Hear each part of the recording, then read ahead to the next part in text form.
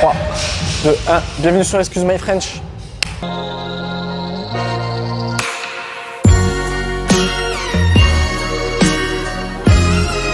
Je fais une petite série de vidéos. Le but, ça va être de démanteler les mythes d'entraînement ou les idées reçues que l'on a lorsqu'on commence l'entraînement ou sa carrière athlétique. Et aujourd'hui, le thème, ça va être si je suis la même programmation ou j'ai le même coach qu'un athlète des Games, je vais forcément atteindre mes objectifs ou avoir du succès. Et c'est une idée qui circule beaucoup que dans le monde du CrossFit ou même dans le monde du fitness en général.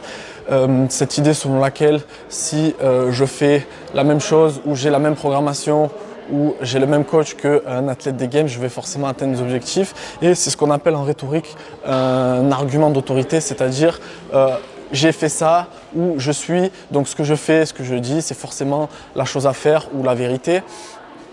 Et Carl Sagan, dans les choses qu'il dicte à éviter pour avoir un bon débat scientifique, c'est se fier plus à l'argumentateur plutôt qu'à l'argument en lui-même. Et dans le monde du CrossFit, c'est quelque chose qui existe et qui est réel. Il y a des programmations ou même des coachs qui sponsorisent des athlètes, qui vont voir des athlètes élites pour que ces athlètes disent ou fasse de la pub à une programmation ou un coach pour que cette programmation devienne célèbre ou ce coach vende plus tout simplement. Donc soyez très critique et gardez un esprit très critique vis-à-vis de cela. Soyez conscient que ça existe et là vous êtes la seule personne qui à peu près a une idée et doit être conscient de ce que vous avez besoin, quel type d'entraînement vous devez suivre, quelles sont vos faiblesses, etc. Et quelle est la chose la plus adaptée pour vous.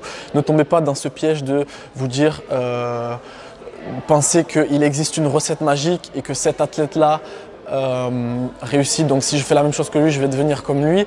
C'est pas, on a souvent cette idée que ok, cet athlète réussit, il fait ça, du coup je vais faire la même chose et ça met souvent la programmation et le coach sur un piédestal, alors que la réalité c'est l'inverse, c'est parce que l'athlète a certaines caractéristiques et certaines choses que d'autres n'ont pas, qu'il devient un athlète élite et du coup ça fait une pub pour le coach et pas l'inverse, c'est-à-dire que ce n'est pas le coach qui a une recette magique et qui a lui créé l'athlète.